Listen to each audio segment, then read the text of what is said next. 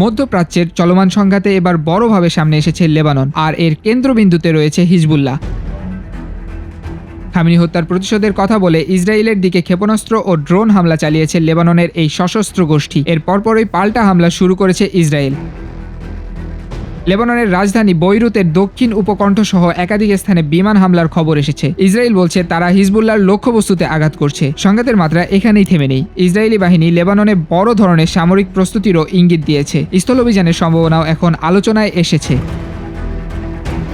এই পরিস্থিতিতে সাধারণ মানুষ সবচেয়ে বেশি বিপদে পড়েছে। হামলার মুখে বহু মানুষ ঘরবাড়ি ছেড়ে সরে যেতে বাধ্য হচ্ছে। লেবাননের বিভিন্ন এলাকা থেকে বাস্তুচ্যুত মানুষের সংখ্যাও দ্রুত বাড়ছে।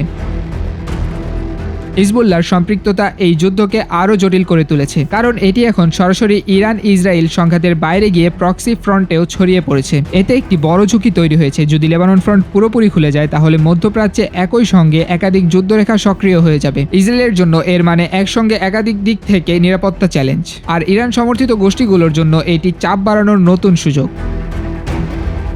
বিশ্লেষকরা বলছেন, লেবানন ফ্রন্ট দীর্ঘ হলে মানবিক বিপর্যয়ও ভয়াবহ হতে পারে, কারণ বৈরুত ও আশপাশের ঘনবসতিপূর্ণ এলাকা দ্রুত যুদ্ধক্ষেত্রে পরিণত হতে পারে। এখন সবচেয়ে গুরুত্বপূর্ণ প্রশ্ন, হিজবুল্লাহর এই হামলা কি সীমিত থাকবে, নাকি এটি পূর্ণাঙ্গ ইসরায়েল লেবানন যুদ্ধে রূপ নেবে?